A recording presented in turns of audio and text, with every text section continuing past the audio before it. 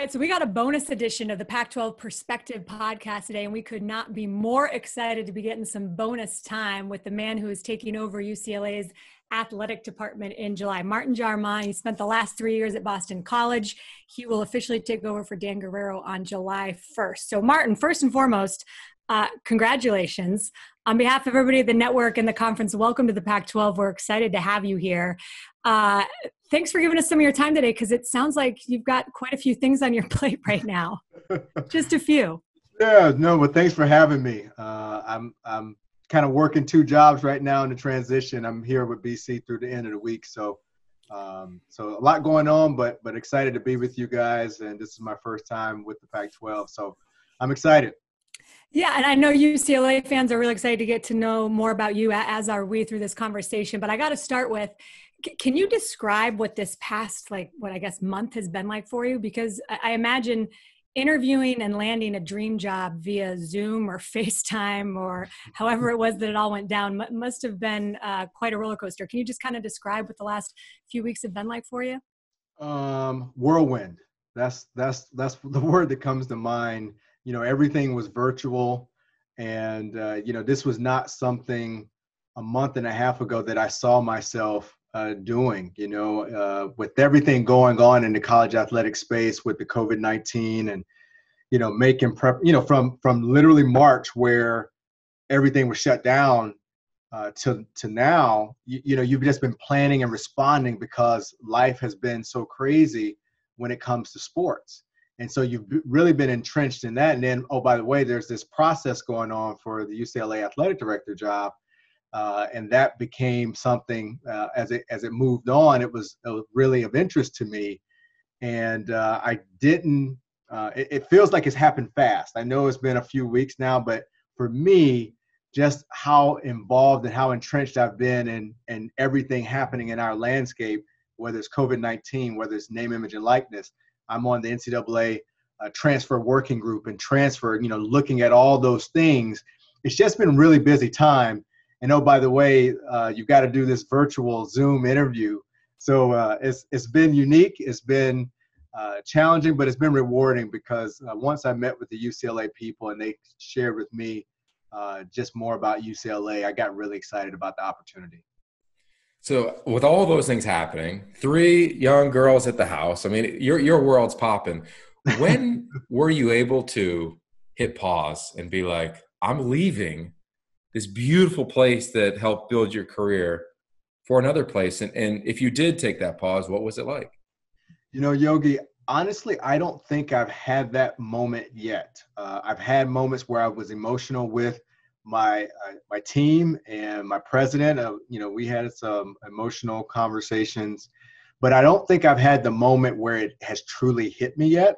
And again, I think that comes sometimes in different moments, like when I cleaned my office out this week and that last time I turn the light off or I give my keys to the interim, I think it might be then, but it hasn't hit me yet. I haven't had the opportunity to really pause.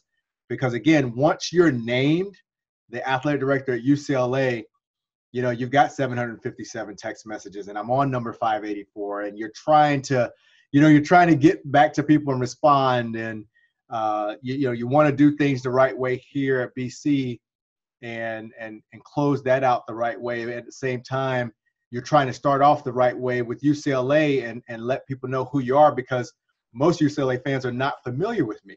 I've been at Boston College. I've been in the Big Ten for 15 years, been in the ACC the last 3 years. So again, I'm very mindful of wanting the UCLA fan base and staff to get to know me, but it's through interviews and Zooms, and it's not normal. So you just try to do the best you can. And that's what I've tried to normalize this process or this transition as much as possible. So Martin, what is the thing that, for UCLA fans listening, what are one or two of the things that you most want them to know about you and who they're getting as a new athletic director? Energy. I'm going to bring the energy. I'm passionate about serving student athletes. I was a former student athlete. My experience that I had and how it shaped me, that's what I want to do for all of our student athletes. So first and foremost, I want them to know that I'm energy and passionate about serving students, and that's what we do. I think you have to be passionate in this business. You know, you got to have juice. You got to go, and that's how I am. We're going to do things the right way. Integrity is very important to me. UCLA demands that, and I expect that from all of our staff and our coaches. So we're going to do things the right way. You know, we're not going to take shortcuts. That's just who I am and who we are. And then finally, I would say we're going to win. You know, I want to win. I'm very competitive. I'm driven. You know, everything in sports has a scoreboard, and you best believe we got to pay attention to that scoreboard. So I want them to know that I'm passionate, I'm energetic, I'm hungry, and we're going to win, and we're going to do it the right way. The air quote student athlete has changed from when we played, when you played, and today so much, so dramatically. And you're in the middle of it. You're on all these committees. You just said a moment ago, like, student athletes are the first and foremost thing that you're thinking about, and that's the perspective you'll come from. What is that? Like, what is today's student athlete, and where are you going to meet them? We have to understand the complexities with today's student athlete. And just like you said, Yogi, it is totally different than when you and I played. You know, you didn't have social media when I played. You didn't have the pressures from your high school, from your friends, from your family to play at Division I high level. It's just different. And so for me, you've got to try to put yourself in the student athlete's shoes and empathize with what are the challenges they face of being expectations, high academic, high athletic competition, big stage pressure, mental health, wanting to succeed, being successful all of their life, and now they may hit pockets of turbulence. How do we help them deal with all that? It's our job and our responsibility to help them grow and learn and develop with all that going on. So for me, it's always keeping them in mind, trying to empathize and understand what their experience is and how best can we serve them and help them grow through that, because it's totally different than when I was a student athlete, and it's constantly evolving and changing. And just like with name, image, and likeness and the different things, it's going to change even more. So we got to be in tune with their experience and what is it they need from us to help them be the best version of themselves. You know, you talk about all of the things that are going on right now in college athletics, NIL, transfer, just there's so much, not to mention COVID-19, and are we going to have fans back? Are there going to be student athletes? When is it going to be safe for them to come back to campus? There's just so many dynamics right now, kind of like swirling around in a tornado. Is there one thing, or what is the one thing that when you go to bed at night keeps you up when you think about, you know, the next job that you have in front of you in Westwood? What's the thing? I think the biggest thing is just return to campus. You know, since we ended in March, everybody ended in March so abruptly.